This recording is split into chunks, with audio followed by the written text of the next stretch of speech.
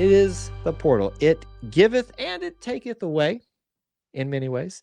But I think this is yet again another year where Coach Hugh Freeze shows one of the things that he is very well known for, and that is recruiting. High school, and I would also think he has shown a pretty good proficiency for finding those needs with quality, speculatively good talent, because when I say that, it's not taking anything away from him. It's just saying we don't know yet, right? Everybody wants to act like these things are surely not going to work or surely they will work. We don't know what the fit's going to be like till they get here. But let me give you a little round out about what's happened. On the previous episode, 106, we did discuss quarterback Jackson Arnold, who got things rolling, running back Darrell Robinson, punter Hudson Cack, and offensive lineman Xavier Chaplin, who had all at that point committed and signed. So we've done a discussion about those. So unless Austin wants to jump back into those, we won't go there. But the rest of them, defensive back Rayon Strader, defensive back Tay Seymour, quarterback Ashton Daniels, offensive lineman Mason Murphy, defensive lineman Dallas Walker, linebacker Xavier Atkins, wide receiver Horatio Fields, place kicker Connor Gibbs, tight end Preston Howard, and the one that everybody was waiting on, wide receiver Eric Singleton, rounds out your, at this moment, transfer portal class for Auburn in 2025. Austin, what you want to talk about? I know what you want to talk about. Well, that's a lot. That's a lot of kids that have come in since we last talked. That I guess that's on us for having a week break, but it's been busy, and it's been really interesting to see where the needs are, where the priorities are, I guess. What's really interested me is the fact that a lot of these guys, it's probably about half and half, but a lot of these guys are guys with multiple years. And I don't think that is seen as much in the transfer portal era. Now there's like a bajillion kids that get in the portal, so I'm probably wrong on that, but it feels like the ones that are talked about most of the guys who's got 1 year left, who's trying to make a big payday, who needs a plug and play guy really quickly just for 1 year to get things going. And a lot of these guys, I'm looking at Strader, Seymour, Atkins, Gibbs, Howard, and Singleton Jr. all have at least 2 years, some with 3 years left. So that tells me that you might not see these guys make giant impacts right away. Now, I think some are certainly being brought in to do that. But these are guys too that Auburn sees fit in what they're trying to do long term and can work well. So I really like that. I think that is a good use of the portal era. Some of these guys might have been at their school they committed to and done well, and but also saying, hey, I don't know if I fit here in what my goals are, and those goals kind of mesh with Auburn. So we'll see. I really like a lot of it. I like the wide receiver room. I think Fields and Singleton Jr. only elevate even more, if that's possible, the wide receiver room that is already at Auburn. Singleton Jr., I think I'm not the only one to say this, has been brought in to kind of fill that veteran role from Keandre Lambert-Smith. We saw how well Keandre Lambert-Smith did here in his lone year on the Plains. The offense being built around whoever is the starting quarterback at Auburn next season is getting better from a floor standpoint, and that has to make people excited. And let me take what you said about the comparison of Eric Singleton with Keandre Lambert-Smith. It's very easy to go there, and I don't necessarily disagree with that. But as I was like learning about him, talking about it, we did videos about all these guys, and you should go check those out on YouTube. But it seems like he doesn't necessarily fit the Keandre Lambert-Smith role only in kind of idea or concept. Right. It's a transfer portal guy coming in with some experience. He actually has less experience than Keandre did, if I'm not mistaken. I think he'd be listed as a true junior, if I'm not mistaken. That's right, yeah. So technically 2 years. So he's coming in with a true sophomore as the other headliner. It's Cam Coleman. It's his world now. Let's just be frank about it. So there are also two different types of guys. I'm talking about Keandre and comparing him, but also Cam Coleman. If I've got all the people straight in my head here that I'm talking about, if I remember his stat line from his 2 seasons, it was intriguing to me to see how much they started utilizing him in the running game too. So do you know what name it instantly? Let's see if you can read my mind.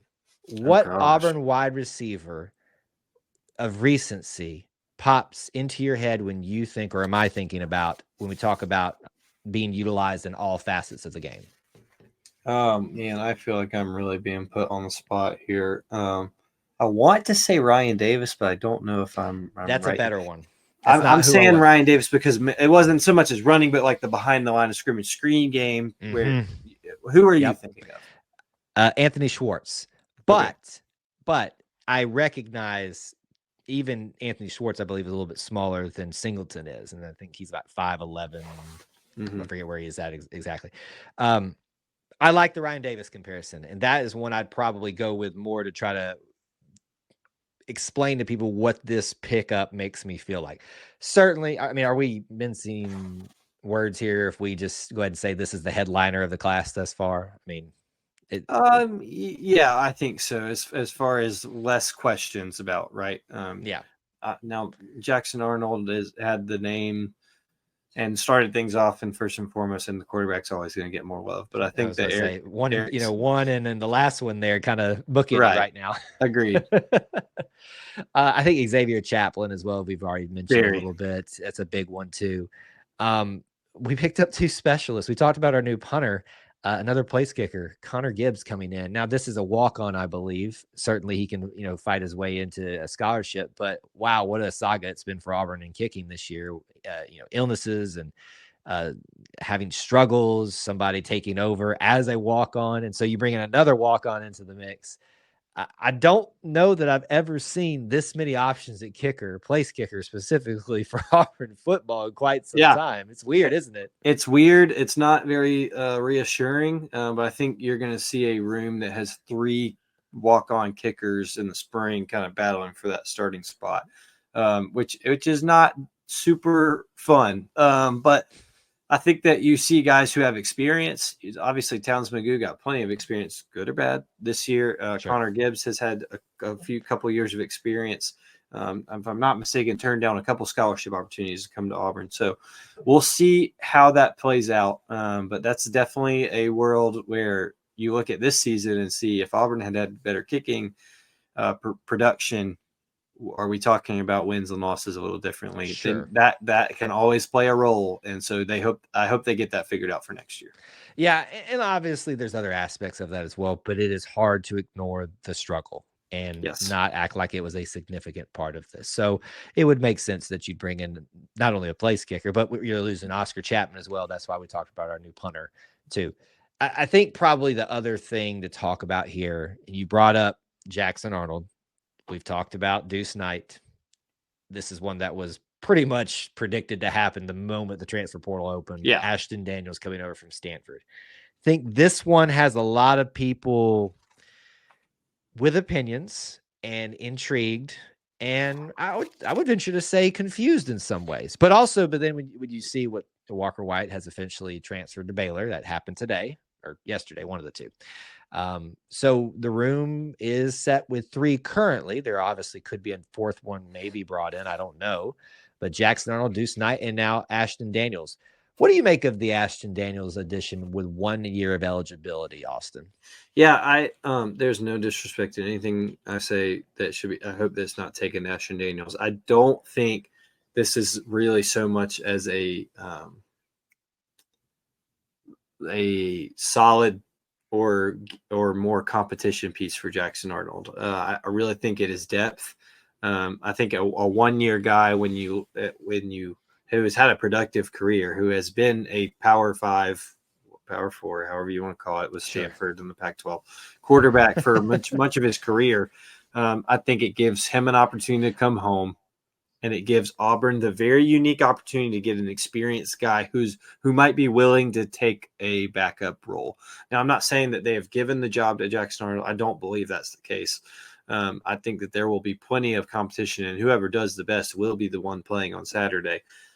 But I think that Ashton Daniels from Buford, Georgia, is now able to come back home a little bit closer, spend his final year of eligibility in a place he's very familiar with and very close to, and have a way of kind of maybe starting his next phase of career, whether that's coaching or that kind of thing. Just being able to be a veteran presence in that room and on the team.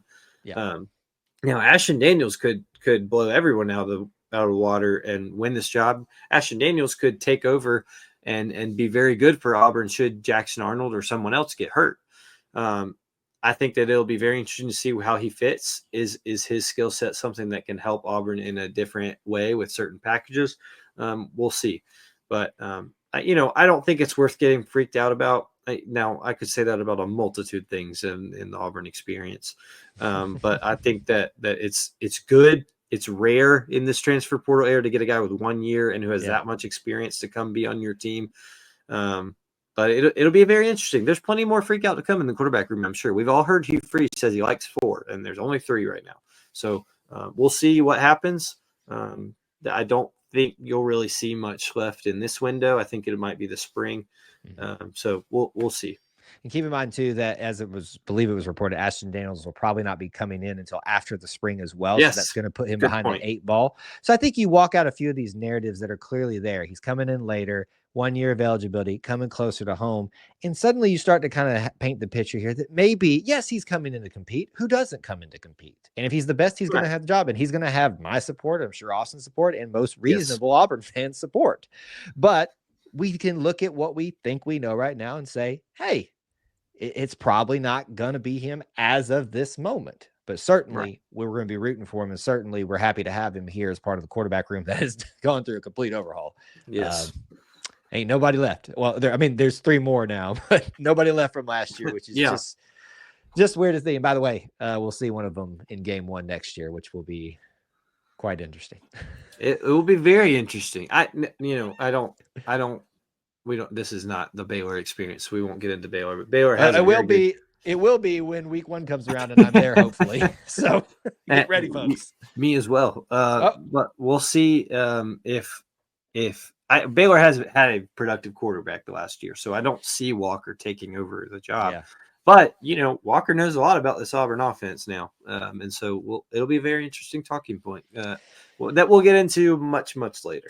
If you weren't excited about that first game already, you now have another reason to be. And you have a lot of reason to be excited about 2025 in general with the way the transfer portal has gone. It is officially closed in terms of people entering it for this cycle now. So we'll kind of put 2 bookends on it. Jackson Arnold and Eric Singleton wrapping up what's been a very busy and very productive early transfer portal. And we'll continue to monitor the program in the offseason and talk about those things as they come up in the future.